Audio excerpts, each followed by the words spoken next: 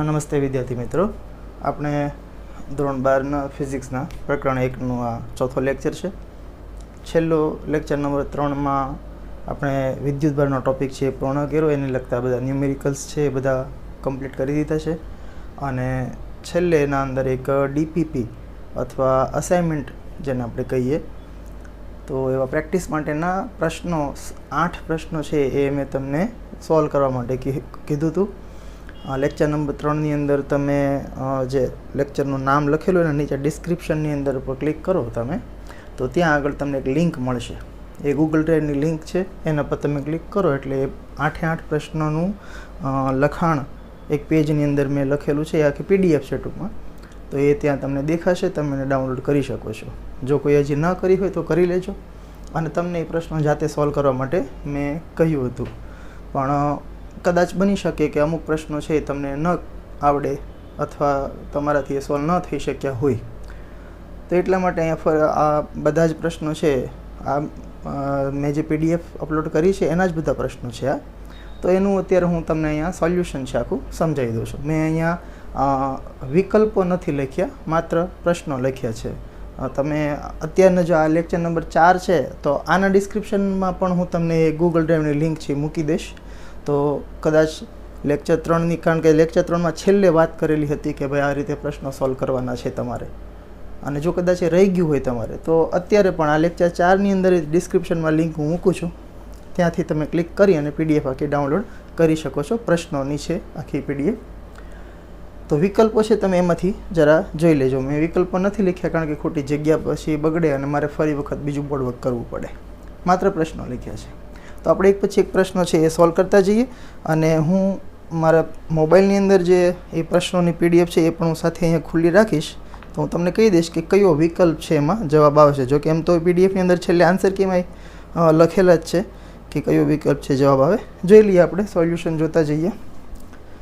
સૌથી પહેલો પ્રશ્ન જે છે કે ભાઈ 75 કિલોગ્રામનો જથ્થો છે એમાં રહેલા ઇલેક્ટ્રોન્સનો કુલ વિદ્યુતભાર કેટલો થાય. હવે જો 75 કિલોગ્રામનો જથ્થો છે એટલે અત્યાર સુધી શું હતું, સામાન્ય રીતે આપણી પાસે ઇલેક્ટ્રોનની સંખ્યા હોય. ક્યાં ઢાંકણું પડી ગયું આનું? હા, તો ઇલેક્ટ્રોનની સંખ્યા હોય આપણી પાસે. અહીંયા ઇલેક્ટ્રોનની સંખ્યા આપી નથી. આપણે પહેલાં ઇલેક્ટ્રોન કેટલા છે મેળવવા પડશે. તો 75 કિલોગ્રામમાં ઇલેક્ટ્રોન કેટલા એ કઈ રીતે મેળવી શકાય? તો આપણને ઇલેક્ટ્રોનનું દળ છે યાદ હોય. તો અહીંથી હું એવું લખી શકું કે ભાઈ આ જે ટોટલ દળ આપ્યું ને એ n વખત ઇલેક્ટ્રોનનું દળ હશે. જેમ આપણે વીજભાર કેમ લખીએ, ટોટલ વીજભાર Q બરાબર NE, જ્યાં E એ એક ઇલેક્ટ્રોનનો વીજભાર હોય. એમ અહીંયા દળનું સૂત્ર હું લખું કે કુલ દળ એ n વખત ઇલેક્ટ્રોનના દળ જેટલું હશે. અહીંથી આપણે n એટલે કે ઇલેક્ટ્રોનની સંખ્યા મેળવી શકીએ. અહીંયા કેપિટલ M એટલે આપેલું કુલ દળ. હવે આપેલું કુલ દળ કેટલું છે તો કે ભાઈ 75 કિલો બરાબર n સંખ્યા આપણને ખબર નથી કેટલા ઇલેક્ટ્રોન છે, આપણે ગણવાના છે. અને ME માસ ઓફ ઇલેક્ટ્રોન, તો માસ ઓફ ઇલેક્ટ્રોન આપણને ખબર છે કે ભાઈ 9.11 ગુણ્યા 10⁻31 કિલોગ્રામ. આ એક ઇલેક્ટ્રોનનું દળ છે, બરાબર. તો 75 કિલોમાં કેટલા ઇલેક્ટ્રોન હશે પહેલાં તો આપણે આ ગણીએ છીએ. બંને બાજુથી આ કિલોગ્રામ કિલોગ્રામ કેન્સલ થશે અને સાદુરૂપ આપો એટલે આપણને સંખ્યા મળી જશે nની કેટલી હશે. આજે હું કેલ્ક્યુલેટર ભૂલી ગયો છું, કંઈ નહીં, ચલો મોબાઈલમાં કરી લઈએ આપણે. તો 75ના ભાગાકારમાં આવશે 9.11 ને પેલું 10⁻31. એટલે હું આ કામ કરું, 75 ભાગ્યા 9.11 કરીએ તો એ 8.2327 એવું આવે છે. તો અહીંથી આપણને n બરાબર મળશે 8.23 ગુણ્યા, હવે તમે વિચારો કે આ 9.11 છે આપણે આ બાજુ છેદમાં લીધું એટલે 10⁻31 છેદમાં આવી હશે, અંશમાં જાય તો +31, તો 10ની અહીંયા +31 આટલા ઇલેક્ટ્રોન હશે પહેલાં તો શેમાં, તો કે ભાઈ 75 કિલોગ્રામ જથ્થામાં. હવે એનો વીજભાર કેટલો થાય તો આપણે વીજભાર ગણીએ ફરી વખત. Q બરાબર NE, n એટલે ઇલેક્ટ્રોનની સંખ્યા આપણને મળી કેટલી 8.23 ગુણ્યા 10⁻31 ગુણ્યા એક ઇલેક્ટ્રોનનો વીજભાર કેટલો છે 1.6 ગુણ્યા 10⁻19. અચ્છા, બીજી વસ્તુ કે ઇલેક્ટ્રોન્સનો કુલ વિદ્યુતભાર કેટલો હશે એવો પ્રશ્ન કર્યો છે. તો ઇલેક્ટ્રોન વીજભાર ઋણ છે એટલે આપણે -1.6 લખવું પડશે, બરાબર. તો 8.23 જે છે 8.23 ગુણ્યા આપણે કરીએ 1.6 એટલે એ આવે છે 13.168 13.168 ગુણ્યા આ 10⁻31 અને -19 એટલે 10⁻12 રહી. બરાબર. હવે આપણે જોઈએ શું આપણને વિકલ્પો આપેલા છે. આપણને 1 પોઈન્ટ કરીને આપેલું છે. હવે તમારે 1 પોઈન્ટ કરી નાખો 13.16 છે એને, તો મૂલ્ય જો હું 1.3168 આવું લખું એટલે મૂલ્ય ઘટાડ્યું કહેવાય, તો ઘાત વધશે એટલે બાજુમાં ઘાત થઈ જશે 10⁻12 જગ્યાએ 10⁻13. વિદ્યુતભાર છે એટલે એકમ આવશે કુલમ. અને બીજી વાત કે આ માઇનસ છે પાછું ભૂલાય નહીં. બરાબર. એટલે તમને જે PDF તમે જોશો ને તો એમાં ખ્યાલ આવશે કે પહેલો જ ઓપ્શન લખેલો છે 1.32 × 10⁻13 કુલમ, પણ એ જવાબ નહીં આવે કારણ કે ઇલેક્ટ્રોન્સનો કુલ વિદ્યુતભાર કીધો છે ને, એટલે તમારે જવાબ આવશે C વિકલ્પ -1.32. જો આ રીતની PDF હશે તમે જોઈ શકો છો. બરાબર. તો C વિકલ્પ છે આનો જવાબ આવશે. ઓકે. -1. અહીંયા 1.3168 જે આવ્યું ને તમે રાઉન્ડ ઓફ કરો તો Q થઈ જશે -1.32 ગુણ્યા 10⁻13 કુલમ. સારું, ચાલો બીજો પ્રશ્ન જોઈએ. બીજા પ્રશ્નમાં આમ તો બધાને આવડવું જોઈએ. બીજો પ્રશ્ન છે એટલે ઉદાહરણનો છે. આ તમને ખ્યાલ હોય તો ઉદાહરણ 1.1 અને 1.2 આપણે જે ગણ્યા ને પાણીવાળો દાખલો છે આ, કે પાણીનો એક અણુ હોય H2O, એમાં રહેલો ધન વિદ્યુતભાર ગણવાનો કીધું. બહુ સિમ્પલ પ્રશ્ન છે. ધન વિદ્યુતભાર ગણો એટલે આપણને પ્રોટોનની સંખ્યા ખબર હોવી જોઈએ. પ્રોટોન કેટલા હશે તો આપણને ખ્યાલ છે કે હાઇડ્રોજન છે એનો પરમાણુ ક્રમાંક 1 છે, તો આવા 2 હાઇડ્રોજનના પરમાણુ છે એટલે 2 પ્રોટોન આની પાસે હશે. અને ઓક્સિજનનો ક્રમાંક છે 8 એટલે એના પાસે 8 પ્રોટોન હશે. હવે ક્રમાંક એટલે પ્રોટોનની સંખ્યા. બરાબર. પ્રોટોનની સંખ્યા જેટલી હોય એ પ્રમાણે આપણે ક્રમાંક આપતા હોય. એટલે આની પાસે ટોટલ કેટલા પ્રોટોન હશે? પ્રોટોનની સંખ્યા કેટલી થઈ જશે? ટોટલ 10. આ 10 પ્રોટોનનો વીજભાર આપણે ગણવાનો છે એટલે 10 વખત પ્રોટોન છે એટલે તો ધન વીજભાર જ લખાશે 1.6 10⁻19 અને વીજભારનો એકમ કુલમ. 1.6 ને આમનું રહેવા દઈએ આપણે. આ 10⁻19 અને આ 10 એટલે 10⁻1 કહેવાય, +1 અને -19 એટલે ઘાત આવશે 10⁻18 કુલમ. બરાબર. તો તમારું જે PDF છે એના અંદર જવાબ તમને આપેલો હશે વિકલ્પ A 1.6 10⁻18 કુલમ. ચાલો એના પછી ત્રીજો પ્રશ્ન. જો કોઈ તટસ્થ ધાતુની પ્લેટ ઉપરથી 10⁻14 ઇલેક્ટ્રોન દૂર કરવામાં આવે, એટલે કે ઇલેક્ટ્રોનની સંખ્યા તૈયાર આપી દીધી, તો તે પ્લેટ પરનો વિદ્યુતભાર શોધો. હવે જો ઇલેક્ટ્રોન દૂર કરે એટલે ધન વિદ્યુતભારિત થાય ને, એટલે વીજભાર ધન હોવો જોઈએ. એટલે Q બરાબર સૂત્ર આપણે સિમ્પલ Ne ક્વોન્ટમીકરણવાળું સૂત્ર છે. બરાબર. કેટલા ઇલેક્ટ્રોન દૂર કર્યા તો કે 10⁻14 અને 1 ઇલેક્ટ્રોનનો વીજભાર 1.6 10⁻19 કુલમ. અચ્છા, અહીંયા પાછો ઇલેક્ટ્રોનનો વીજભાર હું માઇનસ નહીં લખું કારણ કે અહીંયા ઇલેક્ટ્રોન દૂર કરેલા છે, તો આપણે વધેલો વીજભાર ગણવાનો છે. બરાબર. એટલે ધન જ રાખશું. તો આ જવાબ થઈ જશે તમારે 1.6 આમનું રાખીએ, આ -19 ને +14 એટલે ઘાત થઈ જશે 10⁻5 કુલમ. એ મુજબ જોવા જાવ તમે તો ત્રીજા પ્રશ્નમાં એમાં પણ વિકલ્પ A, હા એ વિકલ્પ એનો જવાબ છે. બરાબર. સારું, ચાલો આન્સર કીમાં એ આપેલો છે. ચોથો પ્રશ્ન. આમ તો બધા આવડી જ ગયા હશે તમને, પણ કદાચ એકાદા પ્રશ્ન ક્યાંય તકલીફ પડી. મને એવું લાગે છઠ્ઠો પ્રશ્ન કદાચ બધા નહીં આવડ્યો હોય. ચાલો ચોથો પ્રશ્ન. એક વાહક પદાર્થ 14.4 × 10⁻19 કુલમ જેટલો ધન વીજભાર ધરાવે છે. જો ધન વીજભાર ધરાવે છે મતલબ કે એની પાસે ઇલેક્ટ્રોન ઓછા હશે, ઇલેક્ટ્રોન ક્યાંક બીજાને આપી દીધા હશે, પ્રોટોન વધારે હશે. બરાબર. મતલબ કે આપણને Q આપેલો છે, તો તે આ પદાર્થ છે પ્રોટોન કરતાં ખાલી જગ્યા. ખાલી જગ્યામાં તમને ઓપ્શન એવા આપેલા છે કે 9 ઇલેક્ટ્રોન વધારે, 27 ઇલેક્ટ્રોન ઓછા, પછી 27 ઇલેક્ટ્રોન જે છે એ વધારે કે 9 ઇલેક્ટ્રોન ઓછા. ટૂંકમાં ઇલેક્ટ્રોનની સંખ્યા આપણે ગણવાની છે. તો અહીંથી આપણે Q બરાબર Ne સૂત્ર લગાડવાનું છે. Q આપેલો છે ને N ગણવાનો છે. તો N બરાબર શું થઈ જશે અહીંથી? Q/E. Q કેટલું તો કે ભાઈ 14.4 ગુણ્યા 10⁻19 કુલમ ભાગ્યા E એટલે પેલું 1.6 10⁻19 કુલમ. હવે એમ જોવા જાવ કે કુલમ કેન્સલ, 10⁻19 ઘાત કેન્સલ થઈ જાય, 16 9 144 થાય. બરાબર. એટલે N બરાબર શું આવ્યું? 9. તો આ જે વીજભાર છે ને એ 9 વખત પ્રોટોનના વીજભાર જેટલો છે. એટલે 9 પ્રોટોન એની પાસે એક્સ્ટ્રા હશે, તો ઇલેક્ટ્રોન એટલા ઓછા હશે સામા. બરાબર. એટલે તમે અહીંયા જોવા જાઓ ને તો 9 ઇલેક્ટ્રોન વધારે ના, ઇલેક્ટ્રોન વધારે ન હોય ને, ધન વીજભારિત છે એટલે પ્રોટોન વધારે હોય, 27 ઇલેક્ટ્રોન ઓછા નહીં. છેલ્લો વિકલ્પ ડી આવશે, 9 ઇલેક્ટ્રોન ઓછા હશે પ્રોટોન કરતાં. બરાબર, ડી વિકલ્પ એનો જવાબ છે.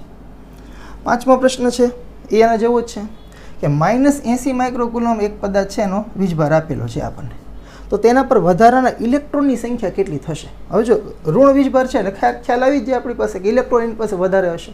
તો અહીંયા પણ તમને ક્યુ આપેલો છે, ક્યુ બરાબર NE અને n ને કરતાં બનાવો એટલે Q/E. હવે અહીંયા ક્યુ જે છે -80 માઇક્રો એટલે 10⁻6 થાય, આ તો લગભગ બધાને ખબર હશે. બરાબર, અને ભાગાકારમાં 1.6 10⁻19. હવે અહીંયા આગળ તમારે જોવાનું કે ભાઈ ઉપર વીજભાર ઋણ આપ્યો છે તો માઇનસ નીચે 1.6 થી માઇનસ લખાય, કારણ કે આપણે સંખ્યા જોઈએ છે, સંખ્યા ઋણ ન હોય. માઇનસ માઇનસ કેન્સલ કરો, 16 એકા 16, 16 પંચા 80 થાય. બરાબર, પણ 1.6 છે એટલે હજી એક 0 લગાડી દો, તો 1.6 થી 50 વખત કરશો ને ત્યારે 80 થશે. તો 50 ગુણ્યા આ -19 અંશમાં લઈ જાઓ તો +19, +19 ને -6 એટલે 50 ગુણ્યા 10⁻13 થાય. આ તમને કદાચ છે ને 5ના અર્થમાં જવાબ આપ્યો હોવો જોઈએ, કારણ કે સામાન્ય રીતે આપણે એક આંકડો રાખતા હોઈએ. હા, બરાબર, 5 કરી દો જો તમે આને 50માંથી, તો એની સાથે જો 10 ગુણાકારમાં હતા એની ઘાતમાં જવા દો તો 5 ગુણ્યા 10⁻14 એટલે કે વિકલ્પ સી છે એનો જવાબ આવશે. બરાબર, ચાલો એના પછીનો પ્રશ્ન છે 6થો. આ કદાચ મને એવું લાગે છે કે બધાને તકલીફ પડી હશે આમાં. 6થો પ્રશ્ન કે ભાઈ એક ધાતુનો ગોળો છે ને 10 થી 23 પરમાણુ ધરાવે છે ને એના 0.1% પરમાણુમાંથી એક ઇલેક્ટ્રોન દૂર કરવાનો છે. તો એ પરમાણુ પેલા કેટલા હશે? ટોટલ પરમાણુ 10 થી 23 છે આપણે, પણ બધામાંથી આપણે ઇલેક્ટ્રોન નથી દૂર કરવાના. આપણે એના 0.1% પરમાણુમાંથી જ ઇલેક્ટ્રોન દૂર કરવાના છે. હવે જેટલા પરમાણુ 0.1% એટલે કેટલા એ પહેલાં ગણવા પડશે ને આપણે. એ જે પરમાણુ મળે એટલા જ ઇલેક્ટ્રોન આપણે દૂર કરવાના છે. એટલે અહીંથી આપણે એ વધારાના જે દૂર થતા ઇલેક્ટ્રોનની સંખ્યા હોય n એ કેટલી હશે? તો કે ભાઈ કુલ પરમાણુ કેટલા? 10⁻23. એના 0.1%. હવે કોઈ પણ વસ્તુના ટકા કાઢીએ એટલે ભાગ્યા 100 કરીએ આપણે. બરાબર, હવે આને હું થોડુંક સાદુરૂપ આપું ને તો આમ થાય, જો 10⁻23 આમનો, આ 0.1 એટલે 1/10 કહેવાય, અને છેદમાં 100 તો હતા જ, એટલે 1/1000 થઈ ગયું. 1000 એટલે 10⁻3. 10⁻3 અંશમાં લઈ જાવ એટલે -3, એટલે આપણી પાસે આ n જે છે ને એ મળે 10⁻20. બરાબર, આટલા પરમાણુઓ જે છે એમાંથી આપણે એક ઇલેક્ટ્રોન દૂર કરવાનો છે. બરાબર, 10⁻23 કુલ છે, એના 0.1%, તો 10⁻20 જેટલા પરમાણુ આપણને મળ્યા. આટલા પરમાણુમાંથી એક ઇલેક્ટ્રોન દૂર કર્યા એટલે આ ઇલેક્ટ્રોનની સંખ્યા થઈ ને. ઓકે, હવે ગોળા ઉપર જમા થતો વીજભાર કેટલો? તો ફરી Q બરાબર NE કરશું, n ની જગ્યાએ 10⁻20. અને જો ઇલેક્ટ્રોન દૂર કરવાના છે, દૂર કરશો એટલે ધન વીજભારિત થશે પદાર્થ, તો અહીંયા માઇનસ નિશાની લખવાની જરૂર નથી, ખાલી 1.6 10⁻19 કુલમ.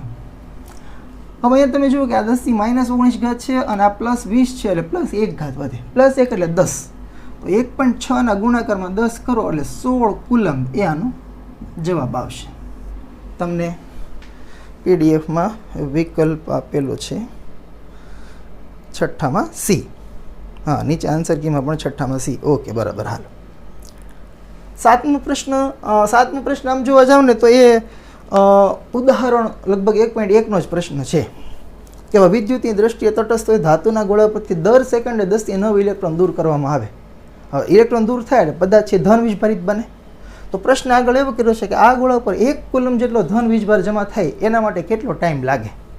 તો ફરી વખત હું ગણી દઉં, શોર્ટમાં ગણીશ, કારણ કે આપણે ઉદાહરણમાં બધી ચર્ચા થઈ ગઈ, બેઠો ઉદાહરણનો જ પ્રશ્ન છે, એમાંથી જ MCQ બનાવેલો છે. સૌથી પહેલી તો વાત કે ભાઈ દર સેકન્ડે 10⁻9 ઇલેક્ટ્રોન, એટલે 1 સેકન્ડમાં આપણને વીજભાર કેટલો મળે?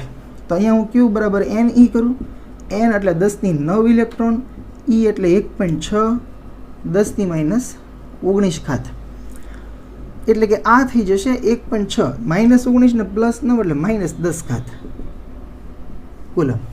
આટલો વિદ્યુતભાર આપણને દર સેકન્ડે ધન વીજભાર જમા થતો મળશે. બરાબર, 1 સેકન્ડમાં 10⁻9 ઇલેક્ટ્રોન નીકળ્યા એટલે આટલો ધન વીજભાર 1 સેકન્ડમાં તે ગોળા ઉપર હશે. પણ આપણને એવું કીધું કે આટલો નહીં, આપણે 1 કુલમ વીજભાર કરવો છે. તો એના માટે શું કરાય? તો આપણે ત્રિરાશિ લખી હતી, જો તમને થોડું ઘણું યાદ આવતું હોય લાસ્ટ લેક્ચરમાં, કે ભાઈ અહીંયા હું લખું વિદ્યુતભાર,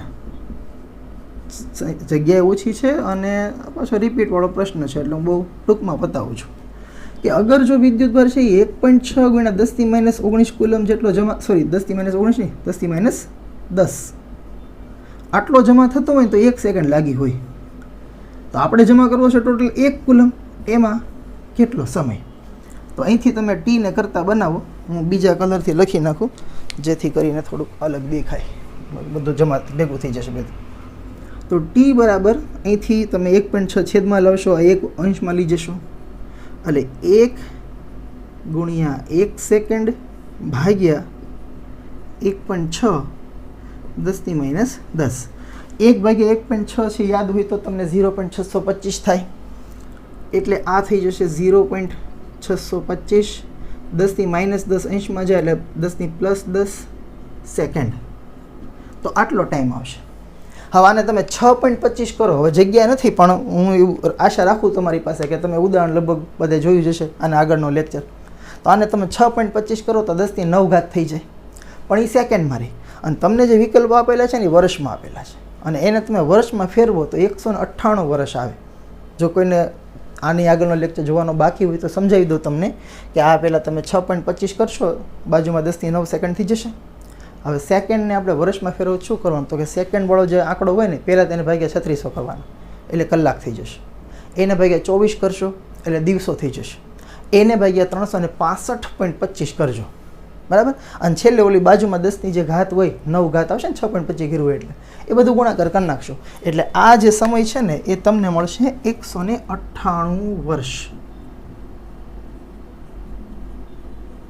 ઓકે, સહેલો પ્રશ્ન છે, ઉદાહરણનો જ પ્રશ્ન છે. છેલ્લો પ્રશ્ન, ચલો. જ્યારે બે તટસ્થ પદાર્થોને એકબીજા સાથે ઘસવામાં આવે ત્યારે તેઓ ખાલી જગ્યા ધરાવે. હવે આમાં બધું કોઈ ગણતરી નથી, થિયોરિટિકલ પ્રશ્ન છે, તમને વિકલ્પો બધા આપેલા જ છે આમાં, બરાબર, મેં લખ્યા નથી, જગ્યા નથી એટલે. પણ જ્યારે કોઈ બે તટસ્થ પદાર્થોને આપણે એકબીજા સાથે ઘસીએ ત્યારે શું થવાનું, તો કે ઇલેક્ટ્રોનની આપલે થાય. માનો કે કોઈ એક પદાર્થ ઇલેક્ટ્રોન ગુમાવે તો એ કેવો બને? જો ઇલેક્ટ્રોન ગુમાવે એટલે ધન બને, તો સામે બીજા પદાર્થ ઉપર ઇલેક્ટ્રોન જશે તો એ ઋણ બનશે, એટલે એક ધન બને અને એક ઋણ બને. પણ અને બીજી એક વસ્તુ કે ધારો કે આના ઉપરથી 2 ઇલેક્ટ્રોન ગયા તો સામેવાળો પદાર્થ છે કેટલા ઇલેક્ટ્રોન મેળવે? તો એ 2 જ મેળવવાનો ને, એ કે 5 નહીં મેળવી લે, હવામાંથી કંઈ બીજા 3 નહીં આવે. ખ્યાલ આવે છે? વિદ્યુતભારનું સંરક્ષણ, કે અહીંથી જેટલા ઇલેક્ટ્રોન જાય એટલા સામે ઉપર જશે. કે ધારો કે અહીંથી 3 ઇલેક્ટ્રોન ઓછા થયા તો અહીંયા 3 ઇલેક્ટ્રોન વધી ગયા, એટલે જેટલો અહીંયા ધન વીજભાર થશે ને એટલો જ સામે ઋણ વીજભાર થશે, બરાબર, મૂલ્ય સરખું હશે. એટલે એક ધન વીજભારિત બનશે, બીજું છે એ ઋણ વીજભારિત બનશે, પરંતુ બેના વિદ્યુતભારના મૂલ્ય કેવા હશે? સરખા. માનું કે અહીંથી 1 ઇલેક્ટ્રોન ગયો તો આનો વીજભાર થશે +1.6 10⁻19. એ 1 ઇલેક્ટ્રોન બીજા પદાર્થ ઉપર જાય એટલે ત્યાં વિદ્યુતભાર કેટલો થશે? તો કે -1.6 10⁻19. એટલે એક પ્લસ છે એક માઇનસ છે, પણ મૂલ્યની દ્રષ્ટિએ બે કેવા છે? સરખા છે, બરાબર. એટલે તમને જે અહીંયા વિકલ્પો આપેલા છે કે ભાઈ જો બે પદાર્થને એકબીજા સાથે ઘસીએ તો શું થાય, તો પહેલો ઓપ્શન એવો છે કે ભાઈ સમાન મૂલ્યના, તો સમાન મૂલ્ય તો બરાબર છે, બેને મૂલ્ય સરખા મળશે. અને સમાન સંજ્ઞાના વિદ્યુતભાર, નહીં, સમાન સંજ્ઞાના વિદ્યુતભાર ન ધરાવે, એક પ્લસ હોય બીજો માઇનસ હોય, એટલે પહેલો વિકલ્પ નહીં આવે. બીજો વિકલ્પ છે કે સમાન મૂલ્યના, તો ચલો એ બરાબર છે, અને વિરુદ્ધ સંજ્ઞાના, હા ઓકે, જો તો બી વિકલ્પ છે એ એનો જવાબ આવશે. સમાન મૂલ્યના અને વિરુદ્ધ, આ કેમ હાલતું નથી? હા, સમાન મૂલ્યના, જો હું તમને બતાવું છું, આ PDF છે.